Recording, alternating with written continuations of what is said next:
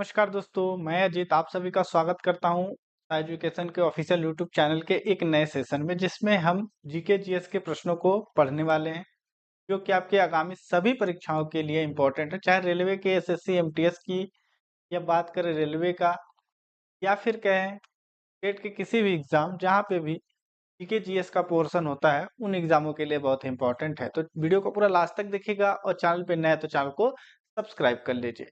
चलिए वीडियो को शुरुआत करते हैं। तो दोस्तों पहला प्रश्न आपकी स्क्रीन पे है जो कि कह रहा है पटकाई पहाड़ियां खाली स्थान पर्वतों का भाग है। तो अगर हम इस क्वेश्चन के राइट आंसर की अगर बात करें तो पटकाई पर जो पहाड़ियां हैं ये पूर्वांचल यानी ऑप्शन नंबर पहला इस क्वेश्चन का राइट आंसर है। पूर्वांचल पहाड़ियों का भाग है और ये भारत और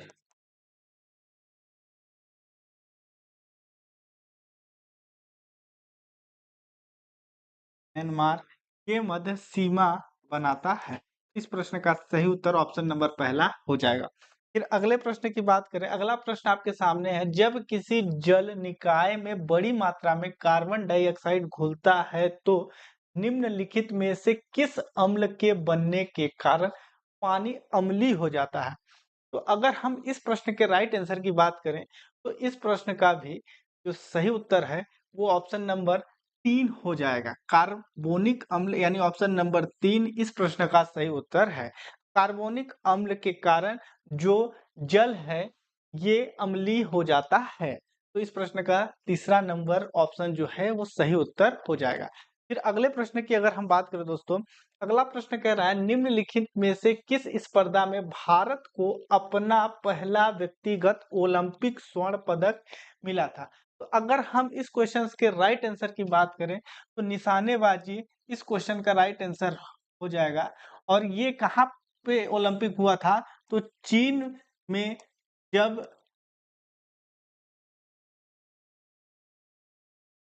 चीन में जब ओलंपिक हुआ था तो उसमें निशानेबाजी में जो स्वर्ण पदक मिला था।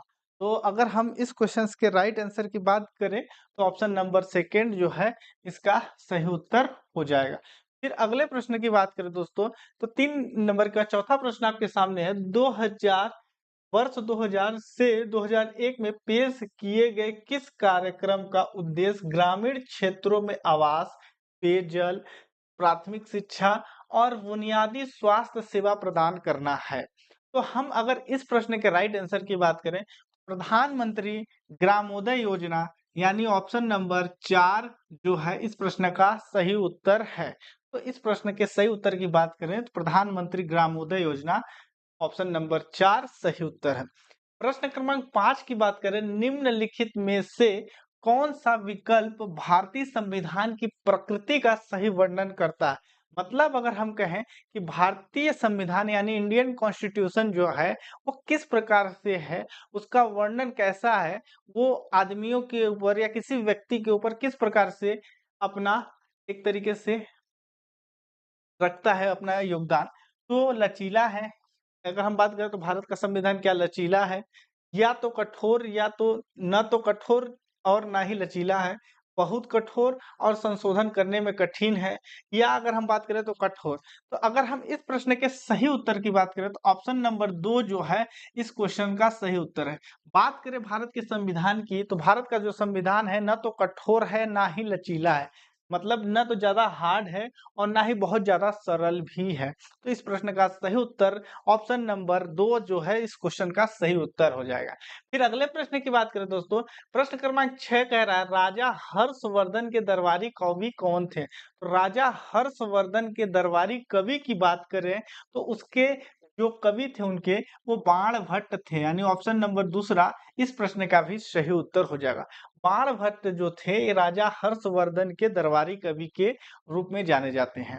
फिर अगले प्रश्न की अगर हम बात करें दोस्तों, अगला प्रश्न आपके लिए है, मई 2001 में यूनेस्को द्वारा निम्नलिखित में से किस संस्थान आवलिक परियोजना को मानवता की मूर्त और अमूर्त विरासत की उत्कृष्ट कृति के रूप में घोषित किया है।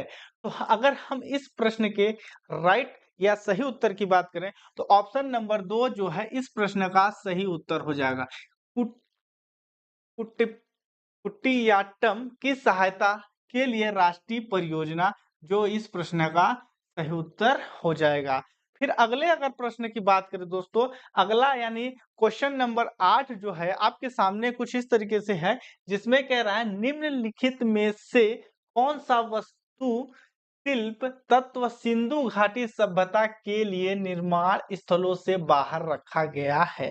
तो अगर हम बात करें सिंधु घाटी सभ्यता के लिए लौह स्लेब यानी ऑप्शन नंबर दूसरा इस प्रश्न का भी सही उत्तर हो जाएगा। लौह स्लेब जो है सिंधु घाटी वास्तुशिल्प या सिंधु घाटी सभ्यता के निर्माण स्थानों या स्थलों से बाहर रखा गया है। तो ऑप्शन नंबर दूसरा सही उत्तर हो जाएगा।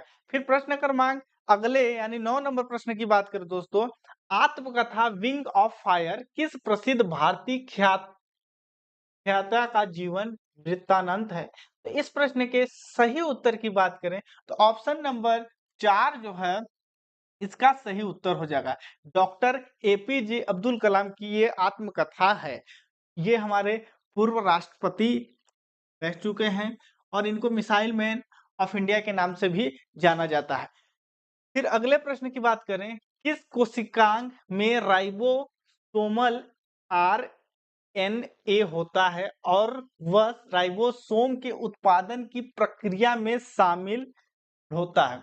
तो इस क्वेश्चन के सही उत्तर की अगर हम बात करें तो ऑप्शन नंबर पहला जो है इसका सही उत्तर हो जाएगा, यानी केंद्रिका जो है इस प्रश्न के सही उत्तर का ऑप्शन है।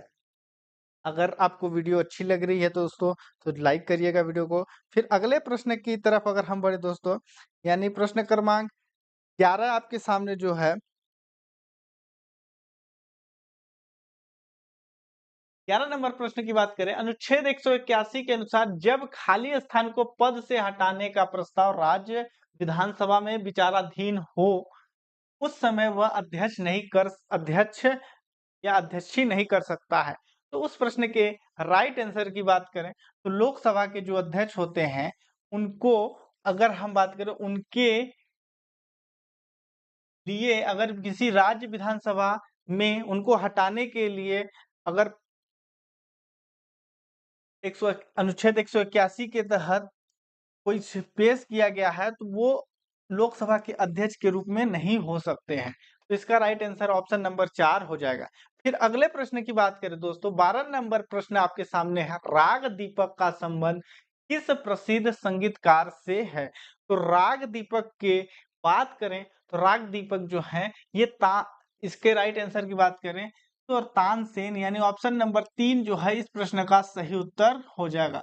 तो तानसेन जो थे वो राग दीपक संबंध जो है राग दीपक का संबंध किस प्रसिद्ध संगीतकार से है। तो तानसेन इस प्रश्न का सही उत्तर हो जाएगा। फिर अगले प्रश्न यानी 12 के बाद 13 नंबर प्रश्न की बात करें दोस्तों, तो 13 नंबर प्रश्न आपकी स्क्रीन पे है, 1991 की जनगणना में कौन सा राज्य साक्षरता दर के मामले में सर्वोच्च स्थान पर था।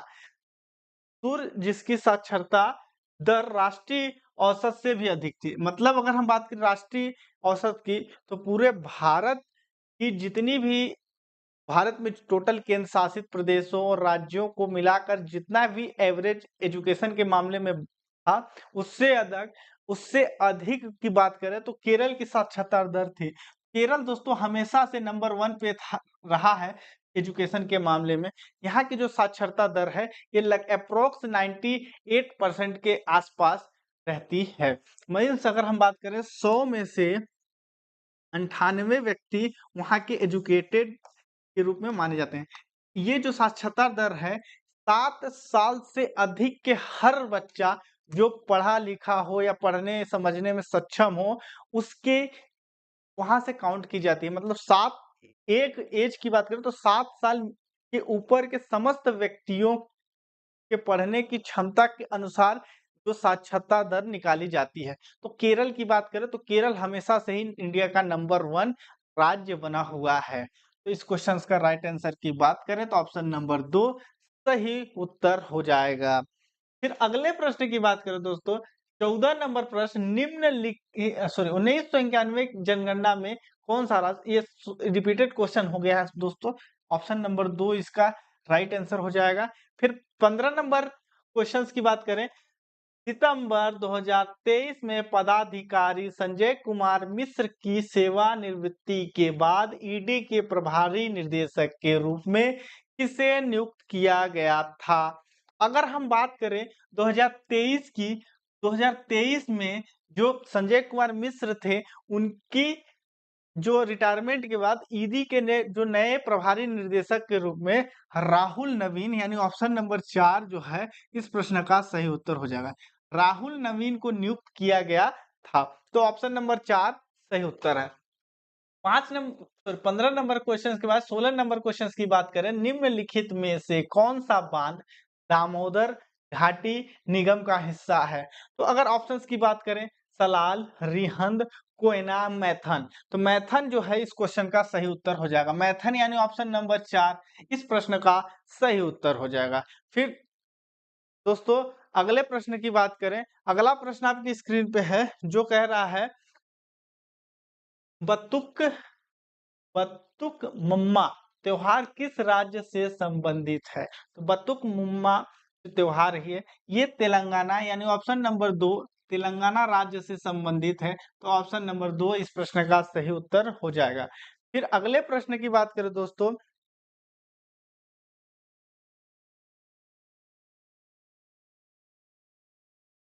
अगला प्रश्न आपके स्क्रीन पे है, जो कह रहा है 1928 में निम्नलिखित में से किसने कांग्रेस पार्टी की नेहरू रिपोर्ट स्वतंत्र भारत के लिए एक भावी संविधान लिखी, जो स्वतंत्र उपनिवेश का कर्ज देने पर आधारित थी? तो इस प्रश्न के सही उत्तर की बात करें तो मोतीलाल नेहरू, ऑप्शन नंबर 3 जो है इस प्रश्न का भी सही उत्तर हो जाएगा। फिर लास्ट क्वेश्चन इस वीडियो का दोस्तों, जनवरी 2023 में केंद्रीय पर्यटन मंत्रालय द्वारा शुरू की गई स्वदेश दर्शन 2.0 योजना के अनुसार कितने शहरों की संधारणीय और जिम्मेदार गंतव्य के रूप में विकसित करने के लिए चुना गया है? तो इस प्रश्न के राइट आंसर की बात करें, ऑप्शन नंबर 3 का मतलब 30 स्थान ऐसे हैं जो पर्यटक स्थल के रूप में चुने गए हैं और जहाँ पे पर्यटन मंत्रालय के द्वारा उनको डेवलप किया जाएगा। तो ये वीडियो अच्छी लगी हो तो लाइक करिएगा, या सेशन आपको अच्छा लगा हो तो लाइक करिएगा, चैनल पे नया तो चैनल को सब्सक्राइब करिएगा। मिलते हैं अगली प्रैक्टिस सेट में, जो कि आपके लिए बहुत ही हेल्प होगी आगामी एग्जामों के लिए। तो शाम को आप रोज मिलिएगा, जिसमें हम महत्वपूर्ण प्रश्नों को डिस्कशन करते हैं।